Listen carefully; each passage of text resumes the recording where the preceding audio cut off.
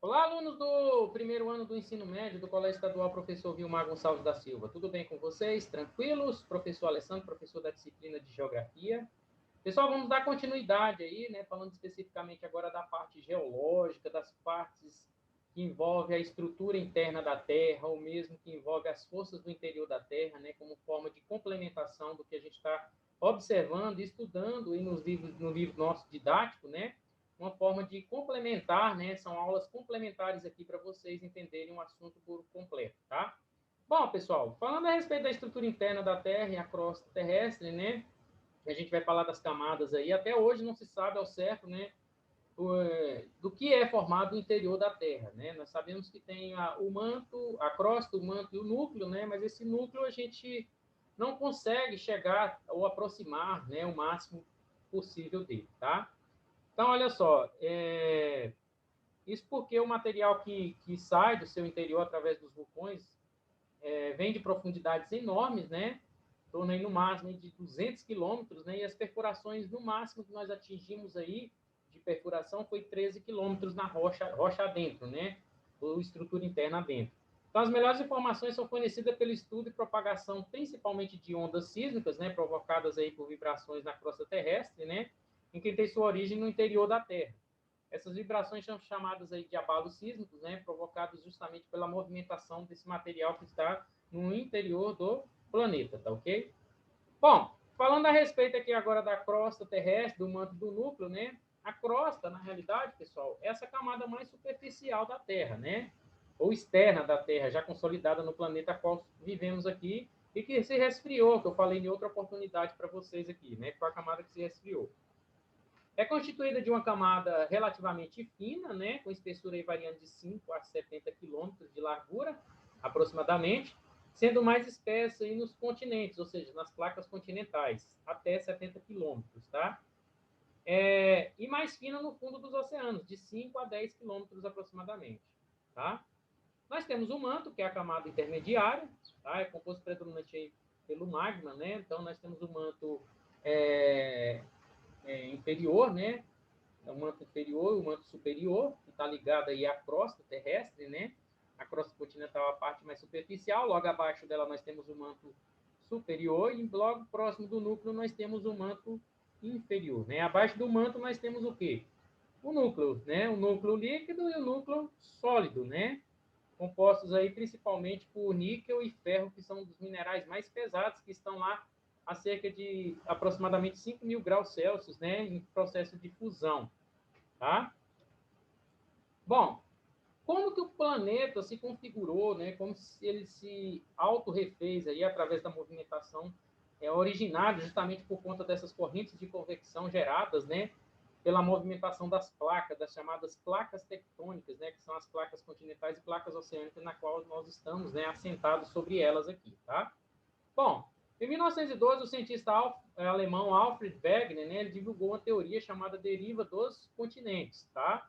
Segundo a qual há muitos milhões de anos existia um único bloco continental chamado aí, ou denominado de Pangeia, né? E aproximadamente entre 200 a 250 milhões de anos atrás, o Pangeia teria se rompido, ou seja, essas placas continentais e oceânicas, elas começaram a se movimentar justamente por conta da força, né, impregnada pelo núcleo da Terra, né, criando uma força chamada de processo de subducção das placas, né, ou mesmo um processo de movimentação dessas placas separando esses continentes, tá? Formando dois grandes blocos aí, o Laurasiático e o continente chamado Gondwana, tá? Por meio, é claro, das correntes de convecção, que são enormes vapores direcionados a essas camadas aí rochosas, tá? Após essa primeira separação, outras subdivisões também teriam acontecido, né, ocorrido, até que os continentes eles se tornassem, né, o que nós chamamos, né, nas dimensões atuais. Como vocês estão vendo aqui, há 225 milhões de anos, nós tínhamos o Pangeia, que foi se separando, né? Nós temos os indícios científicos, né, de que havia principalmente essa junção aqui entre a América do Sul, né, o Nordeste brasileiro aqui, com parte do continente africano, né, eles se encaixam perfeitamente aqui como uma forma de um quebra-cabeças, né, para justificar a junção, a união, né, e até mesmo estudo de rochas, né, desses dois ambientes diferenciados aí, separados, né, nós temos muitas semelhanças entre essa parte que se deslocou da América do Sul, onde está o Brasil, né, com o continente africano, tá? No princípio, a teoria de Wegener ela não foi aceita. Isso só mudou com a descoberta de que a crosta terrestre é formada pelas chamadas placas tectônicas, né, e que realmente não constitui, como se imaginava, uma camada inteira ou contínua, tá? A comprovação é de que a camada mais externa da Terra se subdivide em várias partes, né, formando um quebra-cabeça, deu-se em 1984. Então, essas placas elas estão assentadas sobre a camada pastosa do manto, que movimenta-se continuamente por meio das correntes de convecção. A velocidade desses movimentos, porém, é muito baixa. Lógico que nesse período aí era um pouco mais acelerado, né? Atualmente ela ainda não é estática, ela está em movimento, né? A placa sul-americana, que inclui a América do Sul, por exemplo, afasta-se da placa africana a uma velocidade de aproximadamente de 3 centímetros por ano. Até hoje nós estamos com esse processo de movimentação, né? 3 centímetros por ano aí nós estamos separando do continente africano até hoje, né? Isso comprova cientificamente que houve, né? Realmente essa teoria ela é aceita, né? Por conta da movimentação por meio das correntes de convecção, tá? Nós temos aí as placas, né? Tectônicas, né? E suas movimentações, né? Nós temos os movimentos divergentes e os movimentos convergentes, tá? Situação que nós vamos ver em outros slides aí, em outras aulas, para vocês entenderem esses movimentos, tá?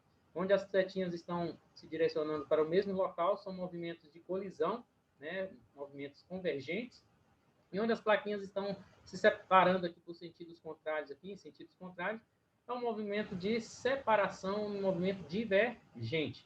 E nós temos ainda os movimentos transformantes, né? Ou conservadores, né? Que são os movimentos, o terceiro tipo de movimento de ajustamento dessas placas tectônicas, tá? Logicamente que com a movimentação dessas placas, né, nós vamos ter aí atividades tectônicas ou atividades voltadas também para a questão de vulcanismo, né? Tanto movimentos geológicos tectônicos quanto movimentos geológicos vulcânicos, tá ok? Bom, a conversa pessoal, os limites das placas tectônicas coincidem com das áreas continentais? A gente tem observado que sim, né? Que placas estão se afastando? Quais estão se chocando? Então, a gente tem os movimentos divergentes, os movimentos convergentes, né? E os transformantes, né? Que é o caso que eu posso citar para vocês, mais conhecido no mundo, é a falha de Santo André, ou San Andreas, né? Na região da Califórnia, lá, que é um ajustamento, né? Dessas placas tectônicas. Lembrando a vocês que eu vou estar apresentando para vocês uma ilustração, né? Posteriormente, uma movimentação desse ajustamento de placas, principalmente na falha de San Andreas, né? Tá? Então, no território brasileiro, a incidência de terremotos, por exemplo, lembrando que a movimentação dessas placas elas estão associadas principalmente aos abalos sísmicos, como nós vimos, né? Esses abalos sísmicos na superfície da Terra provoca tremores ou terremotos, né? No oceano provoca maremotos, né? Que é o chamado tsunamis, mas tudo está associado a esses abalos sísmicos, né? Proporcionados de origem dessas forças que vêm do interior da Terra, dessa movimentação, esse ajustamento tectônico que tem nas placas tectônicas, tá bom? No território brasileiro, a incidência de terremotos é pequena, sendo pouco provável a ocorrência de sismos de grandes proporções, com consequências catastróficas. Qual seria a explicação para isso? Bom, pessoal, a explicação científica para que, por exemplo, no Brasil ocorra menores tremores de terra ou movimentação de placas é porque nós estamos localizados, né, felizmente, geograficamente, no centro da placa sul-americana. Isso nos proporciona menores, né, porque nós estamos afastados das suas bordas das placas. E ao afastarmos das bordas das placas, nós temos menos impacto dos movimentos tectônicos, tá? As ondas magnéticas, as ondas vamos dizer assim, de abalos sísmicos, né, eletromagnéticas, né, elas chegam até a gente de uma forma mais tranquila, né, menos impactante, né, causando menor nível de destruição, devido à distância que ela tem que percorrer, ok? Essas ondas percorrem os tremores de terra, tá certo? Bom, pessoal, o movimento de placas tectônicas, a gente vai falar um pouquinho dela aqui, né, 2 slides aqui falando um pouquinho dela. O que faz as placas se movimentarem?